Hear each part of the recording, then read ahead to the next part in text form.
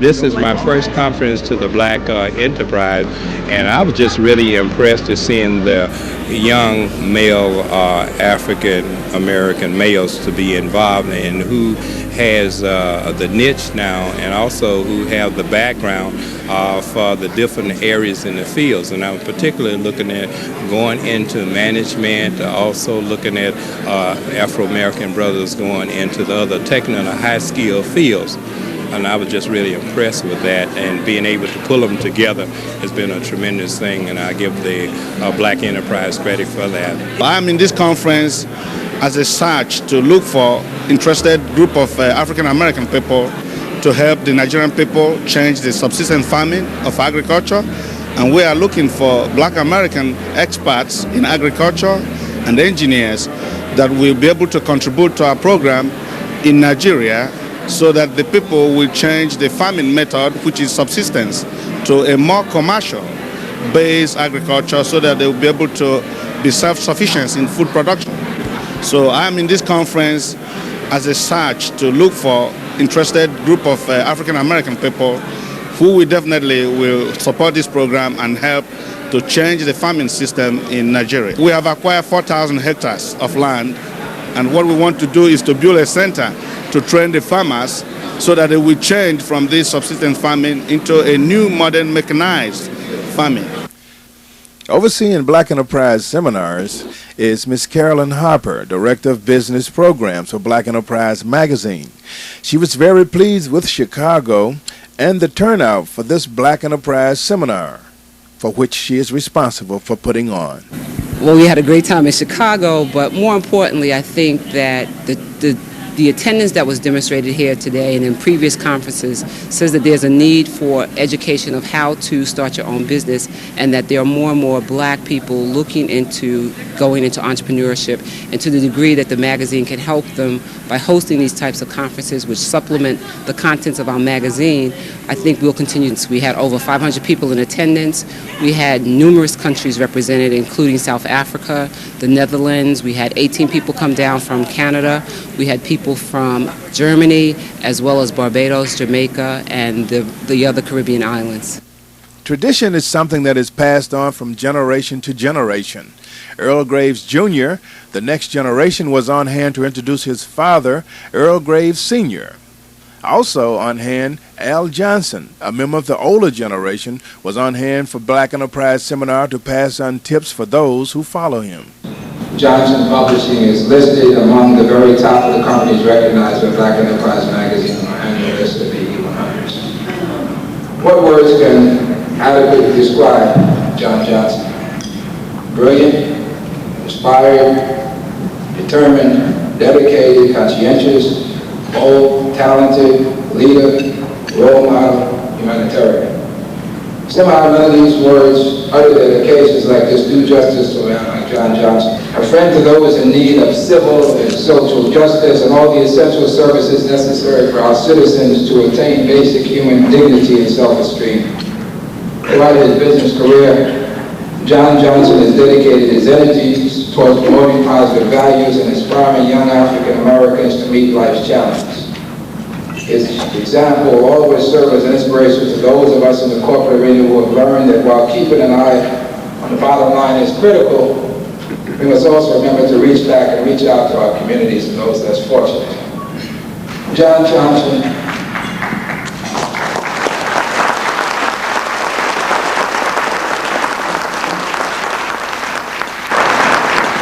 One of John's staff people started that applause.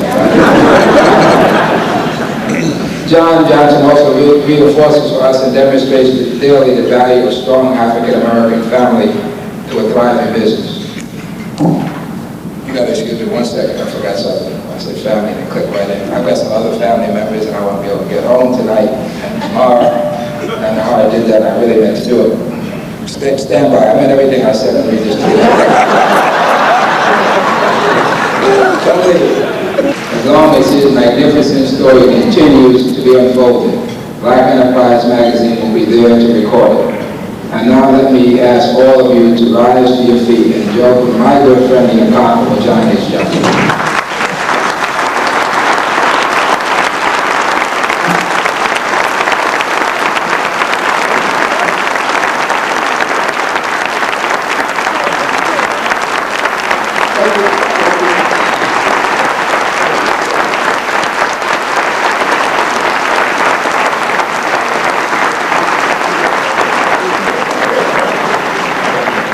You told me to use the political gesture yourself.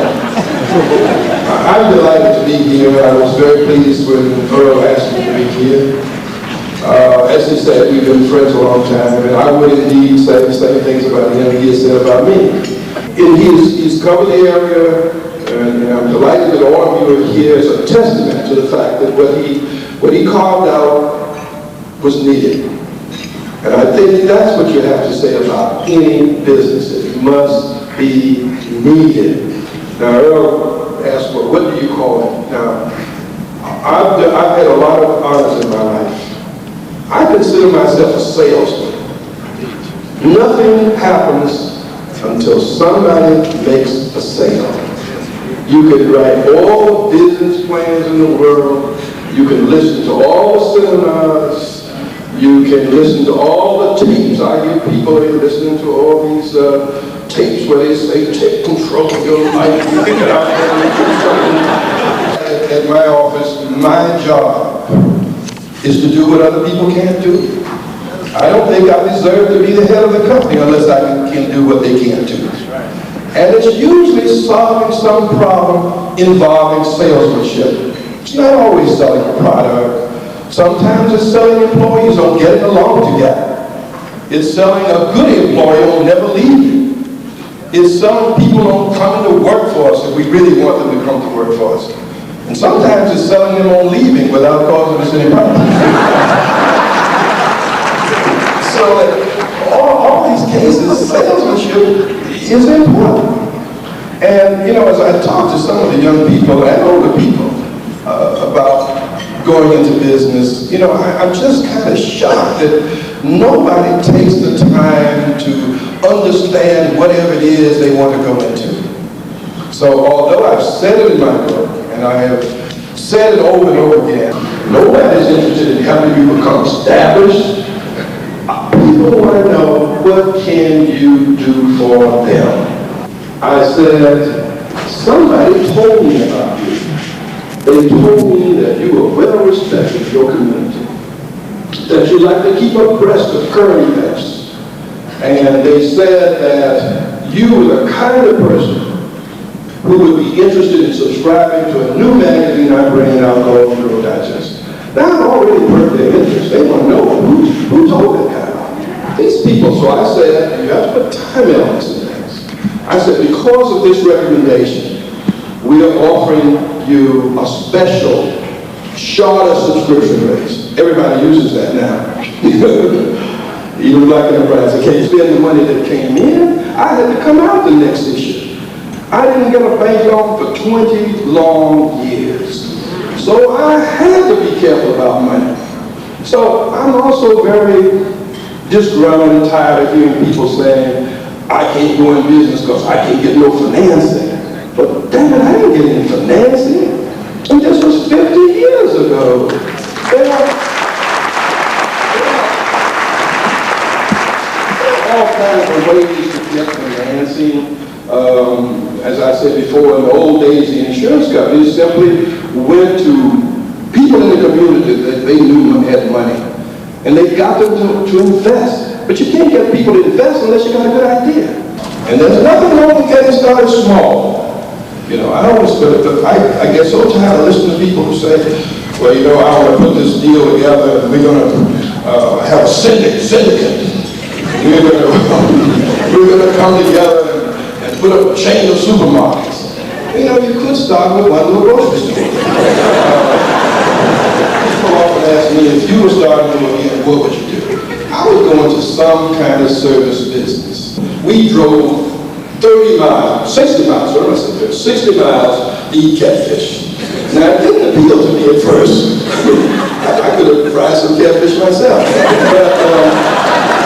But when we got there, this was good catfish. It was brown, crispy, and juicy inside. He had some hush peppers that were not too hard and not too soft, they were just right. He had slaw, he had French fried potatoes, and he had a very special dish that I'd never had before. They had fried okra in a batter with some small balls, and okra was fried in a batter. It was very delicious, and everyone was just excited about it. And when we went in the place, the restaurant people only were black, and I was the only black director, and the only black person in the restaurant other than the people who owned it. And when we got there, it was filled with white people, completely filled. We could not even get in there. And these people had come from 100 miles away. They had heard about this restaurant, but when the chairman's wife got there, she said, you know, I'd really like strawberry shortcake. He said, no problem. Now, most people would have said, well, they told me that y'all would help me. He said, of course. This man told us, he didn't tell anybody that, but he whispered to me later. He said, you know, I had to wake up my friend who owns a grocery store. And he opened up and sold me some fresh strawberries and the things to go with it to make strawberry shortcakes. And the people never knew all the trouble he'd gone to. And we had a delicious meal. I took an old funeral home and made it look good. People who were afraid to work overtime.